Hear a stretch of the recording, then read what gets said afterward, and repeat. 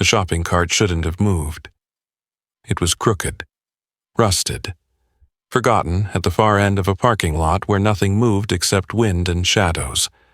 But something inside it shifted, slow, careful. Ellen stopped mid-step, her heart stalling as her eyes locked on the cart.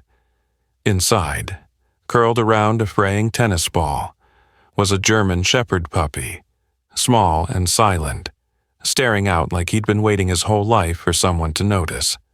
And maybe, just maybe, for her, before we begin this unforgettable story, would you mind sharing where you're from in the comments and if stories of love, loyalty, and second chances move you? Please give this video a like and consider subscribing. The late autumn sun hung low over the sleepy edges of Maple Hill, a quiet town tucked between rolling hills and leaf-choked creeks in northern Vermont. Wind moved slowly here, dragging dry leaves across aging asphalt and the faded white lines of the Willow Creek grocery parking lot on most days. The town seemed to hum in stillness. But that afternoon, the wind carried with it something else, something forgotten. Ellen Monroe locked the driver's side door of her forest green Subaru and adjusted the strap of her canvas tote, the one with a stitched cardinal near the top. She had just finished picking up canned soup, first aid supplies, and the usual no-caffeine tea she liked before bed. Ellen, 38, was a nurse at Maple Hill Rehabilitation Center and had lived alone for the past 5 years in a pale yellow house at the end of Birkwood Lane. She was tall, thin, and moved with a kind of cautious grace, like someone used to tending to fragile things. Her hair, chestnut brown and streaked with early gray, was always tied back in a clip, revealing the sharp angles of her cheekbones and the fine lines that had deepened since the accident that took her only child. There was a kindness to her presence, but also a restraint, as though her smile had been rationed, carefully, since grief had made its home beside her. Halfway to her car, Ellen saw it, a shopping cart abandoned near the edge of the lot, wheels slightly turned as if it had been pushed there in a hurry. At first, it seemed like nothing, a piece of the ordinary, discarded. But something inside it shifted. She stopped, narrowed her eyes, took a step closer, inside the metal cage of the cart, curled tightly into himself, was a puppy, a German shepherd, maybe 3 or 4 months old. His fur was a dusty mix of sable and black, matted near the shoulders, and too thin for the cold. His body was drawn into the tightest corner, legs tucked under, tail wrapped around as much of himself as he could manage. But what caught Ellen's breath in her throat was not his state. It was what he held in his mouth. A tennis ball, worn, yellowed, half deflated. He held it not with playfulness, but with the solemnity of something sacred. The puppy didn't bark, didn't growl, he didn't move. He only stared at her with wide, amber-brown eyes, not pleading, not begging, just waiting. Ellen looked around. A few other cars dotted the lot. People pushed carts and loaded groceries. Children bickered. Someone shouted from the other side of the gas station. But no one was looking at him. No one even seemed to notice he was there. She crouched slowly, placing her tote on the pavement. "Hey there, little guy," she whispered, her voice naturally soft, the way she spoke to patients who couldn't quite meet her eyes. The puppy stiffened. His grip on the tennis ball tightened. But he didn't flee or bare his teeth, he just watched. Ellen didn't move closer. Instead, she sat, right there on the warm concrete, letting the late afternoon sun soak into her jeans and the small of her back. She drew her knees up and rested her arms across them, glancing at the pup from time to time but never directly. Minutes passed, then more. At one point, she noticed a mother and her 2 sons glance their way. The younger boy tugged at his mom's hand and pointed. "Puppy," he said, but the woman didn't stop. "Don't touch it," she said, pulling him along. The puppy didn't flinch. He only curled tighter around the tennis ball, head still, ears alert. Ellen leaned slowly to one side and reached into her tote from the inside pocket. She retrieved a granola bar, the kind she kept for long shifts. She unwrapped it halfway and broke off a piece, laying it gently on the pavement a foot from the cart. Then she scooted back, looked away. She waited. It was almost 10 minutes later when she heard the faintest sound, a shuffle, a slight clink of metal when she turned her head. The granola was gone. The tennis ball remained in his mouth. "You've got someone's heart already, don't you?" she murmured. The breeze picked up. A leaf skated under the cart. A truck revved and pulled out of the lot. Time passed strangely after that. Ellen didn't know how long she sat. Her legs began to ache, her back protested. Still, she stayed. She watched the sun dip lower, painting gold over the concrete and catching in the dog's eyes, now half-lidded but never fully closed. She thought of her son, Jonah, of the last day she picked him up from the community center, of the blue backpack he refused to let go of, how he'd curled up with it on the couch while waiting for dinner. The image caught her off guard. She blinked away the sting in her eyes and reached into the car for the old fleece blanket she kept there. It was frayed at the corners, but still warm, and she folded it carefully, approaching the cart again, slowly, deliberately. He watched her, but this time, he didn't shrink back. Ellen laid the blanket gently in the cart, making it a little nest, then she stepped away again. He sniffed it, paused, then, with stiff and deliberate motion, he placed the tennis ball on the blanket, one paw, then the other. He curled into the fleece like he belonged nowhere else. Ellen took that as her sign. She moved slowly, carefully, wrapped him in the blanket like a bundle of leaves. He didn't resist, didn't make a sound. When she lifted him from the cart, he trembled, not from fear, but fatigue, deep and full. His head rested near her shoulder, the tennis ball now between his paws. She opened the back door of the car and laid him down gently across the seat. His eyes didn't close, but they no longer held the same edge of wariness. Before starting the car, she sat for a moment behind the wheel. The air inside was quiet.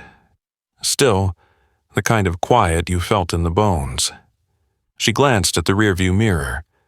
The pup was watching her. "You're not going back there," she whispered. "Not ever." Then she turned the key, and the car eased out of the parking lot, the sun finally dipping below the trees, casting long shadows that reached, but could no longer hold them. Rusty didn't sleep much that first night. He curled up at the foot of the couch, wrapped in the same fleece blanket Ellen had laid down for him in the car. The old tennis ball was clutched tightly between his front paws, his chin resting on top of it like a sentinel guarding some ancient treasure. His eyes would drift shut, but then snap open again at every creak of the old house, every distant sound of wind brushing dry branches across the siding, and through all of it, Ellen lay quietly on the couch above him, her back aching, heart heavy, eyes wide in the dark, uncertain if the dog, no, the boy, curled below her would still be there by morning. When the sun rose, streaking golden lines across the wood-paneled floor, Rusty was still in the same place. His eyes were closed this time, and for the first time, his chest rose and fell in long, peaceful breaths. Ellen didn't disturb him. She stood slowly, careful not to let the floorboards groan beneath her steps, and padded to the kitchen. The quiet clink of a dog bowl being filled with dry kibble filled the space. She found some leftover chicken from the night before, and warmed a bit of it in the microwave by the time she returned to the living room. Rusty was sitting upright, watching her, not afraid, not quite eager either, but present. "You hungry?" she asked. Setting the bowl down a few feet away from him, he sniffed, once, twice, then took a tentative step forward and began to eat with slow, deliberate bites, as though unsure if it would be taken from him. Ellen sat down on the floor nearby, leaning against the arm of the couch, watching him in silence. As the days passed, a rhythm began to form. Rusty followed Ellen from room to room, never more than a few feet behind her. If she stopped to read at the kitchen table, he would lie nearby. If she folded laundry in the hallway, he waited just outside the door. He didn't bark, he didn't whine, he didn't demand, he was just there, quiet and constant, at night. He returned to his place beside the couch, the tennis ball never far from his paws. Ellen had considered giving him a bed of his own, placing it by the fireplace where the floor stayed warm. But something told her he didn't need a bed. He needed closeness. Not too much, just enough to know he wasn't alone. The silence in her home, once stifling, now seemed gentler. A few days later, at the Maple Hill Rehabilitation Center, Ellen was reviewing patient notes at the nurse's station when Dr. Hartley approached her, tall, gray-bearded, with a permanent stoop in his back from years at the bedside. Dr. Gregory Hartley had a way of walking like he was always listening to something others couldn't hear. He handed her a thin file. "We've got a new intake, Leo Baxter, 11, nonverbal post-trauma. Transferred from Burlington Children's." His voice softened. "Parents passed in a fire. He was pulled out by a neighbor, but the smoke damage. He hasn't spoken since. Just started placement with his grandparents here in town." Ellen took the file and opened it. The photo, paperclipped to the front, showed a boy with light brown hair cut unevenly, wide eyes that seemed too still for a child his age, and a small scar above his right eyebrow. "What's the care plan?" she asked. "Basic motor and sensory therapy, counseling twice a week, but he's shut down, won't engage, not even with the therapists. I thought maybe," he paused. "You have a way with the quiet ones." Ellen gave a small nod. "I'll start tomorrow." That night, back at home, she looked at Rusty curled beside the couch. She pulled out her phone and opened Leo's file again. She stared at his photo a long time, then, without thinking much about it, she leaned over and took a quick picture of Rusty asleep with his head on the tennis ball. His ears flopped slightly sideways in that way that made him look impossibly young. The next morning, she entered Leo's therapy room with the calm, slow pace she had always used with trauma patients. The boy sat cross-legged on a cushioned mat. Staring out the window, he didn't acknowledge her. He didn't turn his head. Ellen sat on the floor near him, but kept her distance. She set her phone face up on the mat between them and quietly opened the gallery. She waited. 5 minutes, maybe more. Then, slowly, Leo shifted. His eyes flicked downward. He saw the photo. Rusty, soft and small, wrapped in a blanket with a tennis ball under his chin. Leo blinked. And then, so slight Ellen might have missed it if she hadn't been watching. His hand twitched toward the screen. She didn't speak, just tapped to the next image, Rusty, stretched out in a sunbeam on the living room rug. Leo watched, by the fourth photo. He leaned forward and placed one hand on the screen. He didn't say a word. But Ellen saw it. The shift, the breath, the opening.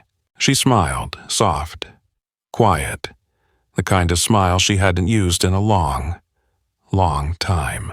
The next Saturday morning unfolded in the soft hush of overcast skies. thick clouds casting a pale gray hue across Maple Hill. The trees outside the rehabilitation center had already begun to shift into their October hues, burnt orange, brittle gold, and fiery red. A breeze rolled across the parking lot as Ellen stepped out of her car, Rusty at her side on a loose fabric leash she hadn't yet needed to use. He walked quietly, always a step behind, his ears swiveling at every sound, but his body steady, alert. The tennis ball faded, scuffed, and now, starting to tear at one edge, hung loosely from his mouth. They entered through the side door where therapy appointments were scheduled to keep things quiet. The halls were clean, warm, and familiar to Ellen. She had worked here too long not to notice the subtext in every polished tile, every framed photo of staff and past patients on the wall. A place built on hope, but never free of the weight it carried. Ellen led Rusty toward room 5A, where Leo usually spent his one-on-one sessions. As she opened the door, she saw him in the same position she always did, sitting on a low mat near the window, legs folded, back straight, gaze fixed outside like the world he wanted to speak to was somewhere beyond the glass. His clothes were always tidy but a bit too big, hand-me-downs perhaps, and his hair, soft and brown, was brushed flat over his forehead.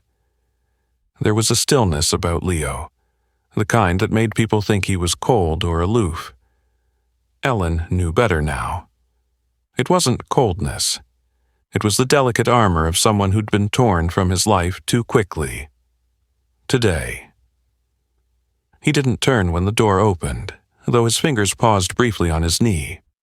"Leo," Ellen said softly, crouching by the door. "I brought a friend." Rusty stood beside her, motionless, then unprompted. He took a step forward. Leo's eyes moved, not toward Ellen, but toward the gentle thud of paws against the mat. Rusty paused halfway across the room, then continued walking. Slow, deliberate. He stopped just in front of Leo and looked up at him. Then, without hesitation, he dropped the tennis ball right at the boy's feet. For a moment, nothing. Then something subtle and extraordinary. Leo's mouth twitched at the corners, the faintest pull. A smile, delicate as morning mist. And then, slowly, he reached out and touched Rusty's head, not a pet, not a scratch, just a hand, resting between the big ears, the way one might reach out to see if something real is truly there. Rusty didn't move. He only blinked and lowered his head slightly, as if to say, "It's okay, I'm real." Ellen turned away, blinking faster than usual. She didn't speak. She didn't need to. Over the next half hour, the boy and the dog sat quietly together. Leo didn't talk. He didn't throw the ball, but he didn't let go of it either, when their session ended. Leo looked at Ellen, not for permission, but for understanding. "You can keep the ball," she said.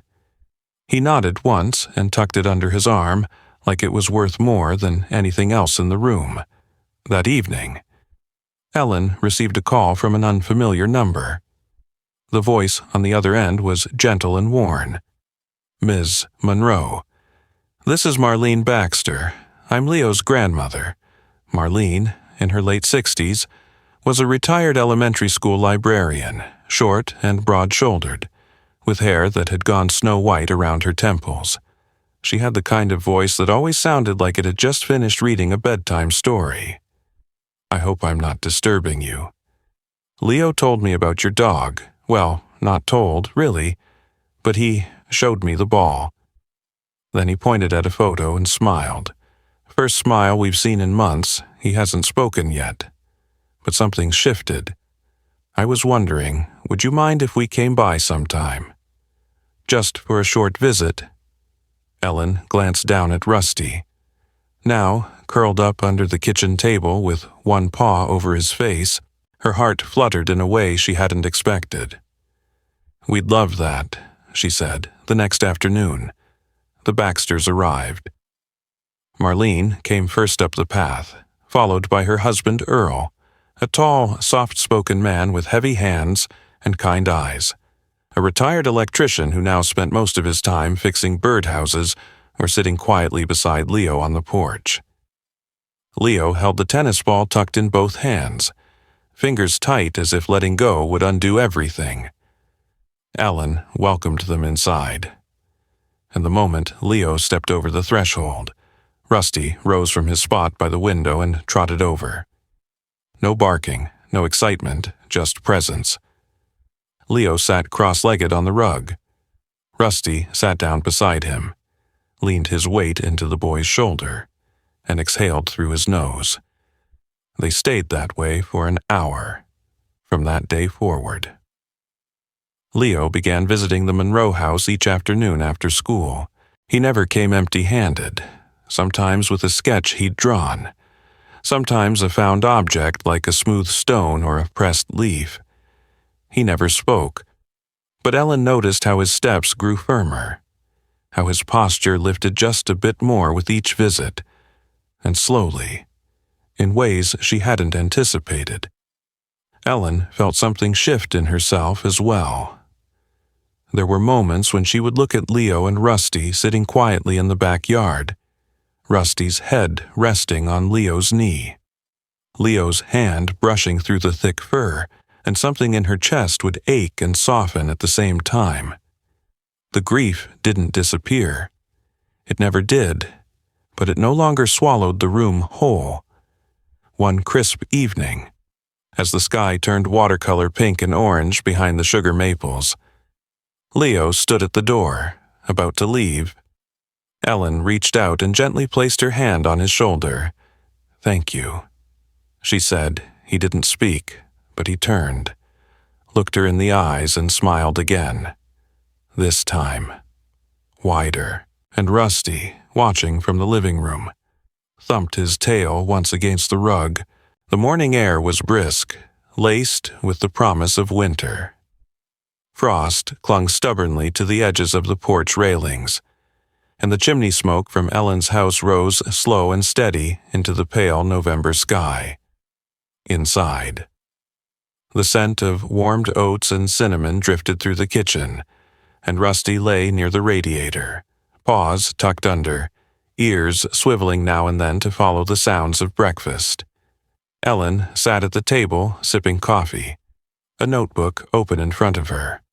On its pages were careful observations, Rusty's sleep patterns, his interactions with Leo, the way he tilted his head at certain sounds. She had started jotting these notes more out of instinct than purpose until last night. Leo had spoken.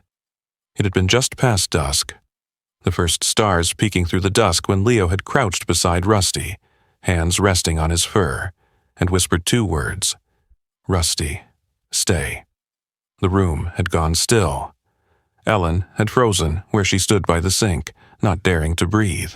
The moment passed quietly, like a feather settling onto water, but its weight rippled through everything. Now she looked down at Rusty, still guarding his tennis ball like always, and her eyes softened. She reached down and scratched behind his ear. That's when she felt it. A small hard bump under the skin near the base of his left ear. Her fingers brushed over it again, deliberate this time, and Rusty flinched, not out of pain, but surprise. Ellen leaned closer, brushing the fur aside gently. There it was, a faint scar, nearly invisible beneath the thick coat, nothing fresh, but enough to stir something unsettled in her. She stood, fetched her coat and keys, and turned to Rusty. "Let's go find out who you used to be." Maple Hill Veterinary Center sat at the edge of town, surrounded by fenced pasture and wind-stripped trees. It was a simple building, all wood paneling and charm, run by a pair of sisters, Dr. Carol and Dr. Jen Holloway. Dr. Carol Holloway, the elder of the two, was in her early 50s, tall and sturdy, with peppered gray hair pulled into a low bun and a direct. no-nonsense gaze softened by her smile lines. She'd grown up in Maple Hill, left for college in Colorado, and returned 2 decades ago with her younger sister to open the clinic. She was the kind of woman who kept an extra pair of reading glasses in every room and could quiet a barking dog with just her presence. When Ellen explained what she'd found, Carol nodded and led them to the back room. "Let's check for a chip," she said, taking out the scanner. Rusty stood still on the exam table, not even flinching as the scanner passed over him. A beep sounded. "He's chipped." Carol moved to her computer. "We'll run the code through the registry. Give me a minute." Ellen leaned her hand gently on Rusty's back. He looked up at her with calm eyes, but his ears twitched slightly, as if picking up an echo from the past. When Carol's face changed, Ellen noticed immediately. Her brows drew together as she read the screen. Then she exhaled. His name was Max, according to the registry, registered to a Shelby Ashcroft. Boston, that's a wealthy family. Looks like the chip hasn't been updated in over a year. Notes say he was surrendered due to a family estate dispute. No follow-up. Ellen blinked. Surrendered. Carol nodded grimly. That usually means left at a shelter, but it's not always that clean. Sometimes dogs fall through the cracks. Divorce, lawsuits, moving overseas. You'd be surprised how often pets become collateral. Ellen looked down at Rusty, who now rested his head on her hand. "Max," she whispered. The name tasted wrong in her mouth. Carol watched her for a moment. "I can file a report, but honestly, no one's going to come looking. The family probably assumed he was rehomed." "No," Ellen said quietly. "He's not Max anymore. He's Rusty, and he's home now." That night, she sat on the living room floor while Leo and Rusty curled up on the rug nearby. Leo had started coming over almost daily now, and while he still didn't speak beyond that one moment, his presence had changed, more engaged, more curious. He had taken to drawing again. His latest sketch was of Rusty. Paws folded, tennis ball at his side.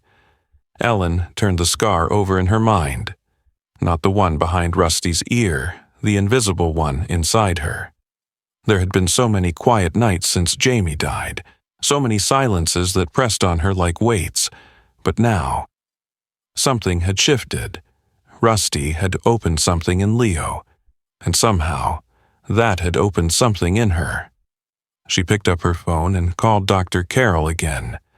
"Do you know anyone who does therapy dog certification?" she asked.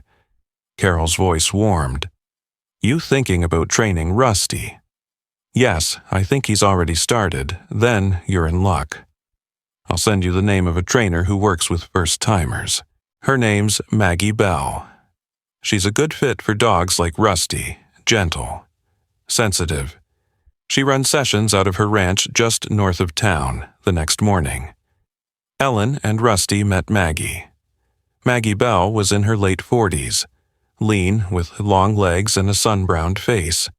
Her hair was ash blonde, tied back with a paisley bandana, and her clothes were always dusty, worn jeans, flannel shirt, boots with years of mud in their soles. She spoke softly, moved slowly, and always crouched to the dog's level before making eye contact.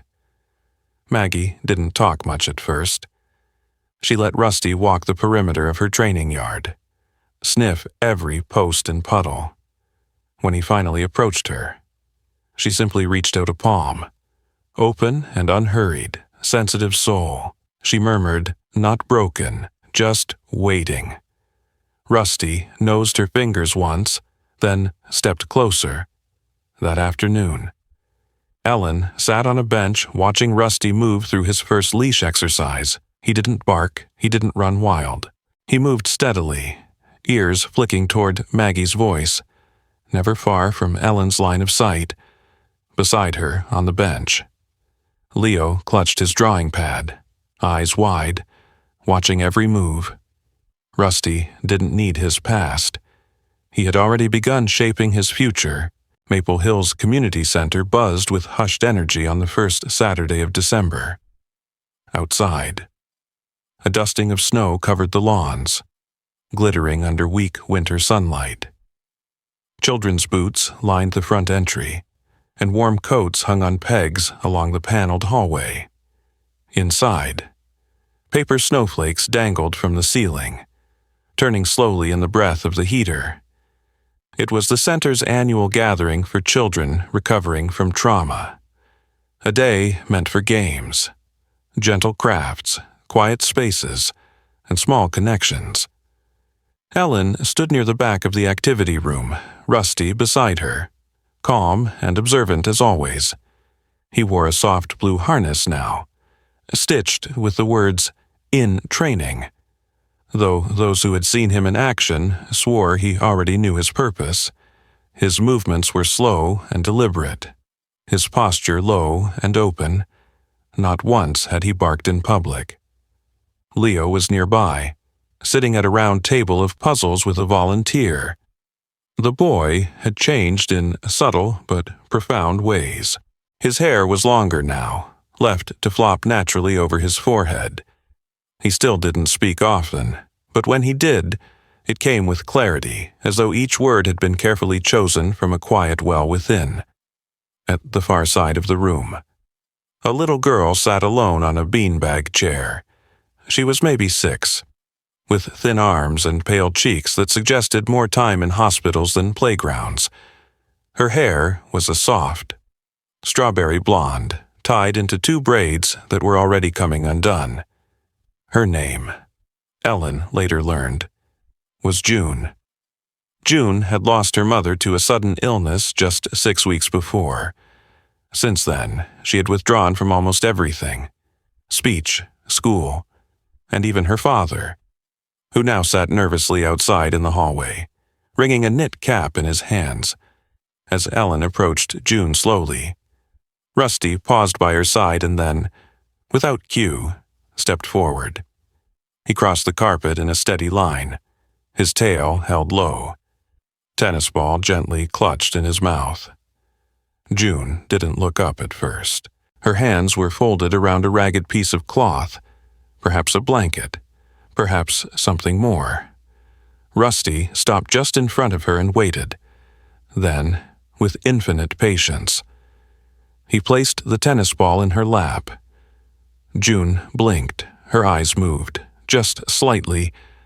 She looked at the ball, then at the dog, and for a long moment did nothing. Then her small fingers uncurled, touched the frayed green surface, and curled again. Rusty eased himself down beside her, not touching, just close enough. He laid his head on his paws and closed his eyes like he could sleep there forever. June rested her shoulder against his side, and together, they stayed like that for the next hour. Ellen turned away quickly, her throat tightening. By the end of the day, word of the moment had spread among staff and volunteers. Rusty wasn't just a good dog, he was different. A boy, once mute, now spoke his name. A grieving girl had touched something for the first time in weeks that evening. Ellen sat in the kitchen with her laptop open and the official therapy certification paperwork filled in to the last line. She hit submit. Rusty was no longer in training. He was certified. She glanced down to find him sleeping near the baseboard, Leo's drawing of him taped on the wall just above his head. It was the one where Rusty lay curled in the shape of a crescent moon, tennis ball glowing at his center like a sun. Leo walked in from the hallway, notebook in hand. "Done with your writing?" she asked gently. He nodded and handed her a page. On it was a poem, just 5 lines, written in careful pencil. Some dogs bark, some dogs run. Some dogs chase. Rusty stays, Rusty heals. Ellen didn't speak. She only folded the paper gently and pressed it to her chest. The next few weeks moved in quiet. steady circles. Rusty visited schools, grief support groups, and a children's shelter on the edge of town. He remained himself in every place, never loud, never demanding. He simply found the one who needed him and stayed, sometimes with his tennis ball, sometimes without, always with his presence, to the children of Maple Hill. Rusty became more than a dog. He became a constant, a promise in fur and silence, a gentle reminder that they were not alone, and to Ellen. He became a thread between what had been and what could be. One golden afternoon, just before Christmas, Ellen took Leo and Rusty to the edge of town where the sugar maples grew thick and tall. The leaves were long fallen, but the earth still carried the scent of wood smoke and frozen roots. They sat on a bench beneath the oldest tree, Ellen at one end, Leo in the middle. Rusty curled up beside them, the tennis ball placed gently between his paws. For a long while, no one spoke. There was no need above them. The wind stirred the bare branches around them. The world grew still, and between them, boy, woman, and dog, there rested a silence not of emptiness, but of fullness, a silence of hearts that had once been broken and were now, finally, beginning to heal. Sometimes, miracles don't arrive with thunder or trumpets. Sometimes they come softly, on four legs, with tired eyes and a broken past, carrying nothing but a worn-out tennis ball and a heart still willing to trust. Rusty wasn't just a dog. He was a quiet answer to a prayer, a reminder that healing often begins in the simplest moments. A child's first smile after silence, a whispered word that had long been lost, a presence that chooses to stay. This story is not just about rescue, it's about redemption, grace, and the quiet ways God moves through the ordinary. Maybe you've been broken, or maybe you've walked past someone who was. But there's always a chance, in every day, to be the one who stays, to be the arms, the voice, or the kindness that reminds someone they are still loved. If this story touched your heart, please share it with someone who needs to believe in second chances. Comment your thoughts. And if you believe in the healing love that only God can provide, write Amen below. Don't forget to subscribe to our channel for more real stories of hope and faith. And may God bless you and your loved ones with peace, comfort, and a Rusty of your own. Someone who shows up when the world feels quiet and reminds you that you're not alone.